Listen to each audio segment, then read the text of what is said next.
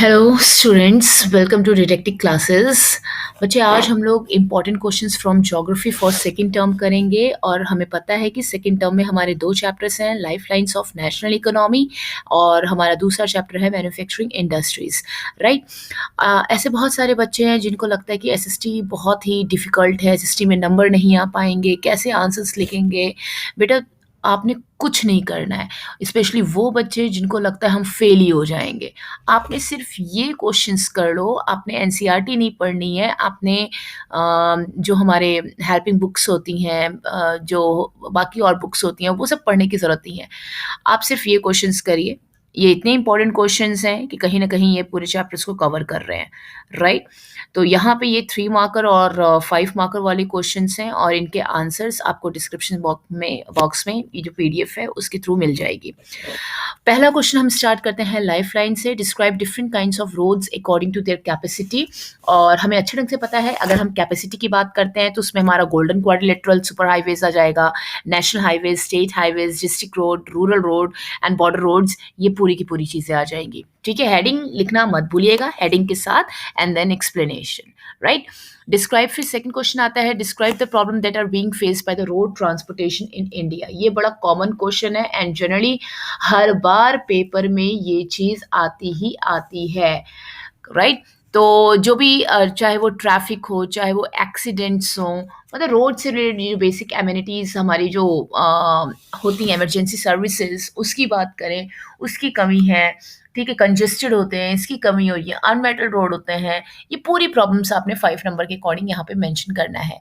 फिर आता है railway are the principal mode of transportation in India. तो हाँ भाई, इसमें कोई शक नहीं है कि रेलवे हमारा एक जिसे बोलते हैं ना कि एक प्रिंसिपल मोड ऑफ ट्रांसपोर्टेशन है, अपने आप में एक बहुत ही इम्पॉर्टेंट ट्रांसपोर्टेशन है for freight and passenger in India. और चाहे वो पिलग्रिमेज के लिए हो, चाहे वो अगर हम इकोनॉमिक लाइफ की बात करें, चाहे apart from being a mean of transportation, हमारा जो इंडियन रेलवे है कहीं ना कहीं इंटीग्रेट करता है बहुत सारी चीज़ों को। तो ये सब चीज़ें आपने मेंशन करनी है यहाँ पे। फिर आ जाता है हमारा कि भाई analyse the physiographic and economic factor that influence the distribution pattern of railway. ऐसे कौन से फिजियोग्राफिक और इकोनॉमिक फैक्टर्स को आपने यहाँ पे मेंशन करना है जो कहीं ना कहीं इन्फ्लुएंस डालते हैं रेलवे नेटवर्क पैटर्न पे, डिस्ट्रीब्यूशन के ऊपर। तो यहाँ पे हमारे जो हमारा नॉर्दर्न ईस्टर्न प्लेन है और प्लस हमारे जो टैरेंट सर्फेसेस हैं, जो हमारा डेक्कन प्लेट्यू है, वेस्टर्न घाट है, शायद हिल्स वगैरह के बारे में बात कर रहे हैं, ये सब आपने डेजर्ट एरिया यहाँ पे पूरा का पूरा मेंशन करना है। कहीं ना कहीं ये एरिया इन्फ्लुएंस करते हैं जहाँ पे हमारी रेलवेज नहीं है। ठीक है। अच्छा, फिर आता है हमारा describe the problem being faced by the railway. Railway की भाई प्रॉब्लम्स क्या क्या हैं। तो अगर हम रेलवे की प्रॉब्लम्स की बात करें तो बड़ी सारी प्रॉब्लम्स हैं, जैसे चेन पुलिंग हो गया, थेफ्ट हो गया, और क्या चीज़ें हैं, जैसे कंस्ट्रक्शन कॉस्ट की भी बात कर सकते हैं। ये भी एक कहीं ना कहीं प्रॉब्लम है, चूँकि बहुत ही कॉस्टली हो जाता है। ठीक है। और ट्रैवलिंग विदाउट टिकट होता है। ये these are the problems for railways. ठीक है, तो चैलेंजेस आ जाता है, प्रॉब्लम आ जाता है, आप कर सकते हैं। फिर आता है what are the advantages of roadways over railways. तो भाई इसमें अपना construction cost of roads is much lower than that of the railway lines. फिर आप ये बोल सकते हैं रोड्स कैन ट्रैवर्स। बुक में जो सेकंड पेज पे पूरा का पूरा रोडवेज का एडवांटेज है ना, वो यहाँ पे आपने उतार देना है एनी 5 पॉइंट। फिर आता है efficient mean of transport are prerequisites for the fast development. अभी जो एफिशिएंट मीन्स ऑफ ट्रांसपोर्ट है, कैसे फास्ट डेवलपमेंट के लिए बहुत ही इंपॉर्टेंट है। तो भाई आप लिख सकते हैं importance of efficient means of transport. कहीं ना कहीं movement of goods and services की सप्लाई करना, लोकेशन तक पहुंचाना अपने आप में बहुत इंपॉर्टेंट है। और जो pace of a country depend upon the production of goods and services, ये भी हमें पता है। फिर कहीं ना कहीं जो ट्रांसपोर्ट और कम्युनिकेशन होते हैं वो दोनों के दोनों बहुत ज़्यादा ज़रूरी हैं। किसके लिए? हमारे फास्ट डेवलपमेंट के लिए। तो ये चीज़ आप मेंशन कर सकते हैं। ये देखिए आपका 8 जो क्वेश्चन है वो खुद कह रहा है कि how are means of transport and communication are complementary to each other. यानी यहाँ पे आपको कम्युनिकेशन का भी बताना है एंड यहाँ पे आपको ट्रांसपोर्टेशन का भी बताना है। तो ट्रांसपोर्टेशन टेक्नोलॉजी की बात करें तो कहीं ना कहीं भाई ये इसकी मदद से फास्टर डिलीवरी हो जाती है। राइट? जैसे लोडिंग करना है शिप पे, रेलवे पे, प्लेन पे, ट्रक के, तो कहीं ना कहीं टेक्नोलॉजीज जो होती हैं, टेलीकम्युनिकेशन की बात करें, कंप्यूटर की बात करें, रैपिडली वो चेंजेस हो रही हैं, और चेंजेस की वजह से कहीं ना कहीं they are use to contact one another around the world. तो because of this IT sector अगर हम बात करें, तो कहीं ना कहीं हमारा जो बिजनेस है, जो डीलिंग है, जो एक्सपोर्ट एंड इम्पोर्ट है, जो बहुत ईजी हो गया है। बीओटी क्या है, यहाँ पे बैलेंस ऑफ ट्रेड की बात करेंगे, बीओटी की बात करेंगे, बैलेंस ऑफ ट्रेड। तो balance of trade basically export और इम्पोर्ट का डिफरेंस बैलेंस ऑफ ट्रेड कहलाता है, या सिंपल सी डेफिनेशन में बोले तो the balance of trade off a country is a difference between its export and import. और बेटा ये दो तरह का होता है, यहाँ पे तो खैर हमने मेंशन किया है differentiate between the national and the international trade. Balance of trade एक हमारा फेवरेबल होता है, एक अनफेवरेबल होता है। फेवरेबल में क्या होता है, जब हमारा एक्सपोर्ट इंपोर्ट से ज्यादा होता है, राइट? एक्सपोर्ट करने पे पैसा आएगा ना, तो वो फिर फेवरेबल होता है। और जहां हमारा इंपोर्ट ज्यादा होता है एक्सपोर्ट से, वो हमारा अनफेवरेबल आता है। और इसी ढंग से आप नेशनल एंड इंटरनेशनल में डिफरेंशिएट कर सकते हैं। National within a country, international with two और more other more than other countries, वो हमारा इंटरनेशनल ट्रेड आ जाता है। तो इसमें बाकी और कुछ खास करने की ज़रूरत नहीं है, छोटी मोटी डेफिनेशन से जो पाइपलाइन का कर लेना आप, राइट? पाइपलाइन को एक बार देख लेना। और अगर हम पोर्ट्स एरिया की बात करते हैं या वाटरवेज की बात करते हैं, तो वाटरवेज ऐसे इम्पोर्टेंट नहीं है, there is no need to do it, right? फिर आता है मैन्युफैक्चरिंग इंडस्ट्री। मैन्युफैक्चरिंग इंडस्ट्री की how manufacturing sector consider the backbone of the economy of economic development of a country. तो इसमें आपने 5 पॉइंट्स लिखने हैं, जो बुक का फर्स्ट पेज है मैन्युफैक्चरिंग इंडस्ट्री का, वो पूरा का पूरा आपने मेंशन करना है। कोई भी 5 पॉइंट, जैसे कि हमारा एम्प्लॉयमेंट को इंक्रीज करता है, एग्रीकल्चर पे जो बर्डन है उसे रिड्यूस करता है, प्रॉस्पेरिटी लाता है, एंड देन रीजनल डिस्पैरिटीज को रिड्यूस करता है, जीडीपी को इंक्रीज करता है, और ये सब चीज़ें आप मेंशन कर सकते हैं इसमें, लेकिन एक्सप्लेनेशन इज मस्ट। 5 मार्क्स के क्वेश्चन को बिना हेडिंग के मत करना, पैराग्राफ में मत करना, point is must with headings. Question number second, how industries are classified on the basis of ownership.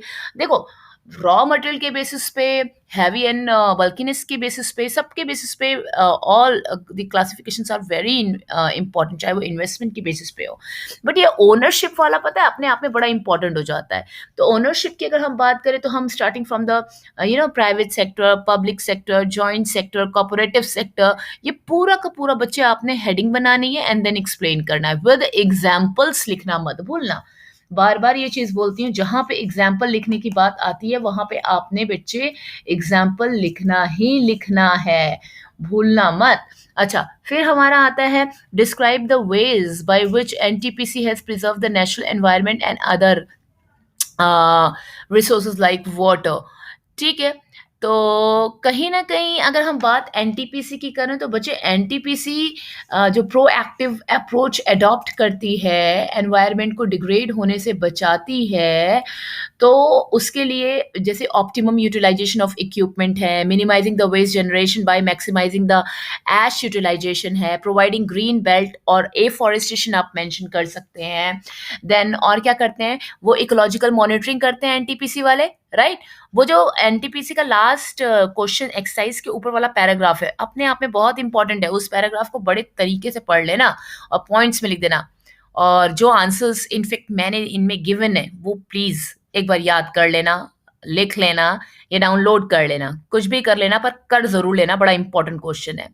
फिर आता है हमारा the sugar industry is now shifting from north to south, mention main reasons पूछ रहे हैं बेसिकली।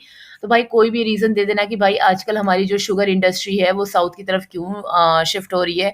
चाहे आप उसे एक कंप्लीट आप सोचिए कि वहाँ पे टेक्नोलॉजिकल डेवलपमेंट ज़्यादा है, बिल्कुल ज़्यादा है, आप बिल्कुल बोल सकते हैं। फिर cooler climate also ensure a longer crushing season है भाई साउथ इंडिया में।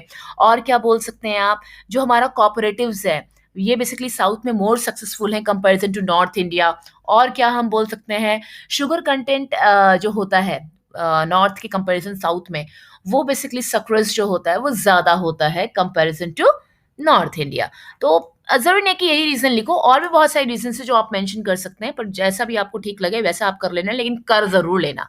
फिर आता है what are the impacts of mining on the health of the miners and the environment. भाई ये तो अपने आप में, ये जो हज़ार्ड्स होते हैं इन माइनर्स के लिए, वो तो हमें भी पता है। प्लस उनके हेल्थ के लिए बहुत ही ज़्यादा नुकसान करता है। ये सब पॉइंट्स हैं। जनरली बहुत ही कॉमन क्वेश्चन है, आप लोग इसे बड़े आराम से कर सकते हैं।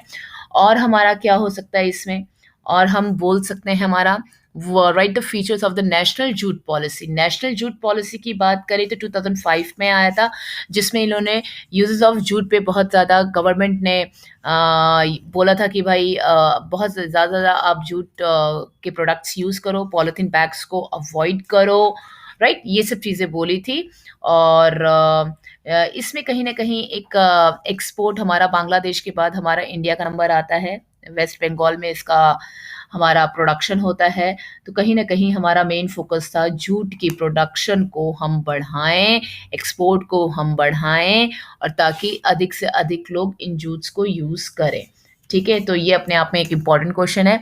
Why is it important for a country to keep the mill sector loomage lower than the power loom and the handloom question, जो इसमें गांधी जी का कंट्रीब्यूशन आता है कि भाई जो हमारा लूमेज सेक्टर है, जो मिल सेक्टर है, वो कहीं न कहीं लोअर है पावर लूम एंड हैंडलूम से। तो कैसे हमें इसको एक जिसे बोलते हैं ना कि इसकी इम्पोर्टेंस क्या है, इसको हमें रखना चाहिए मिल सेक्टर को।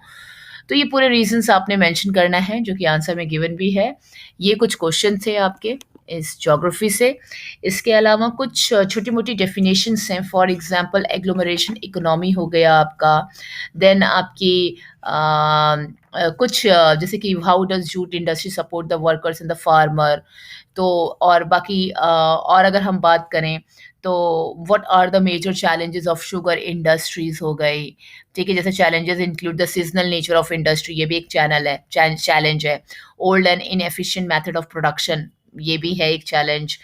ठीक है? मिनी स्टील प्लांट और इंटीग्रेटेड स्टील प्लांट में डिफरेंस, एक नंबर का क्वेश्चन आ सकता है। जैसे इंटीग्रेटेड स्टील प्लांट एक लार्ज होता है, हर चीज़ एक ही जगह हैंडल होती है in a one complex, from putting together raw material to steel making. On the other hand side अगर हम मिनी स्टील प्लांट की बात करें तो they are smaller in size, they have electric furnaces, use steel scrap and sponge irons, they have re-rollers that use steel ingots as well। तो ये हमारे कुछ पॉइंट्स हैं। बाकी ऐसा यहाँ पे कुछ करने की ज़रूरत नहीं है। That's all for today's class.